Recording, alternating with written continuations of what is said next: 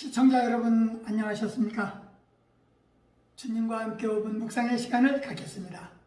오늘은 마태복음 22장 말씀을 묵상합니다. 본문에서 혼인잔치 비유는 지속적으로 하나님의 나라를 거부해온 유대민족의 역사와 당시의 유대인에 대한 경고를 담고 있습니다. 네 가지 논쟁에서 예수님은 각각의 질문에 대하여 유연하고도 명확하게 대답하심으로써 사악한 자들의 이 의도를 무력화시켰습니다. 주님은 비유를 통한 복음을 제시로 백성들의 마음의 문을 열게 하셨고, 하나님은 인내를 가지시고 계속해서 선지자들을 보내 이스라엘 백성들에게 메시아의 날에 동참할 것을 경고하셨으나 그들이 거부함으로 인해 오히려 버림받아 되었던 많은 이방인들을 부르셔서 그들을 구원하시고, 회개의 믿음을 거부한 자들은 엄히 심판하신다라는 것을 또 말씀하셨습니다. 한 율법자가 예수님께 나와서 질문하기를 율법 중에 어떤 계명이 크냐고 물었는데, 예수님은 대답하기를 내 마음을 다하고 목숨을 다하고 뜻을 다하여 주 너희 하나님을 사랑하라 하셨으니 이것이 크고 첫째 되는 계명이요 내 이웃을 내 몸같이 사랑하라 하셨으니 이 두 계명이 온 율법과 선지자의 강령이라고 하셨습니다.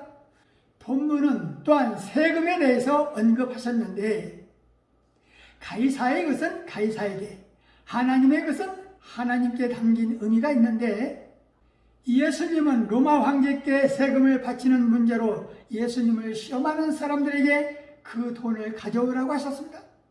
그리고 그 돈에 누구의 형상이 새겨져 있느냐고 물으셨습니다. 그러자 그들은 가이사의 형상이라고 말했습니다.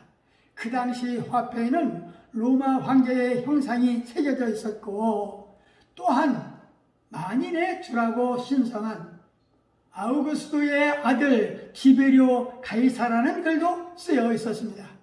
그들이 예수님의 물음에 대해서 가이사의 형상이라고 대답하는 순간 예수님은 단호하게 가이사의 것은 가이사에게, 하나님의 것은 하나님에게라는 놀라운 말씀을 선포하셨습니다.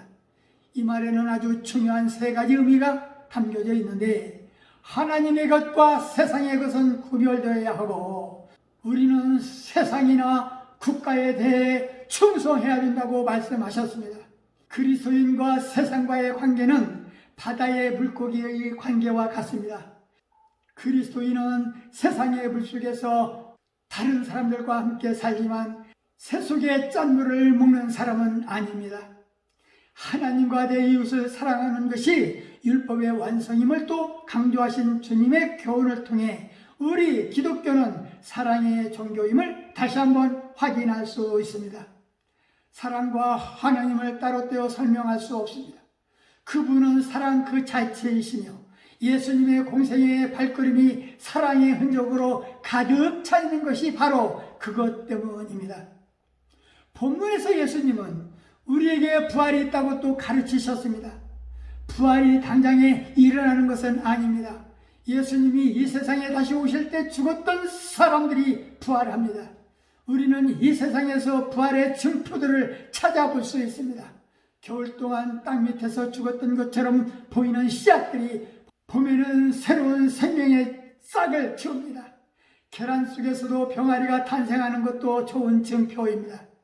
예수를 믿고 부활을 믿는다고 하면서도 인간들이 만들어낸 틀 속에서 벗어나지 못하는 불쌍한 영혼을 바라보며 얼마나 예수님께서 가슴이 아프셨을까 말입니다. 복음은 율법이 아닙니다. 복음은 사랑이며 죄에서 해방된 자유함과 넉넉함이 복음 안에 있는 것입니다. 기독교는 사랑의 종교입니다. 내 이웃을 내 몸과 같이 사랑할 수 있는 자들입니다. 사랑이 없으면 영혼도 죽어 있는 것입니다. 그래서 사랑은 아무나 할 수 없고 예수님의 사랑을 깨달은 자만이 할 수 있는 것입니다. 사랑은 아무나 할 수 없다는 말처럼 사랑을 받은 자들이 사랑하는 것입니다. 부모의 사랑을 받고 자란 자들이 형제를 사랑할 수 있는 것이고, 예수의 사랑을 받은 자들이 주님의 사랑을 몸소 실천하는 자들로 내 이웃을 내 몸같이 사랑할 수 있을 것입니다. 말씀을 상고하며 기도하며 묵상의 시간을 마치겠습니다. 좋으신 하나님 아버지, 마태복음 22장 말씀을 묵상하면서 청함을 받은 자들은 많되 택함을 입은 자들은 적다 하셨습니다. 주님의 초청을 거절하는 무지한 죄를 짓지 않도록 우리를 보호해 주옵소서. 주님의 의로운 잔치보다는 세상의 악한 풍속과 정욕에 빠져 그것만을 추구하는 불의한 죄를 멀리하게 하옵시고, 주의 초청이 얼마나 귀한 것인지 깨닫게 하옵소서. 연약하고 부족하여 불신앙의 죄를 짓지 않도록 불쌍히 여겨 주옵소서. 진정 우리 마음 중심에 하나님의 사랑이 자리 잡고 있을 때에만 삶을 올바르게 살 수 있음을 고백하오니, 주께서 주신 기회를 놓치지 않고 주의 뜻을 헤아리며 살게 하옵소서. 예수님 이름으로 간절히 기도하옵나이다. 아멘.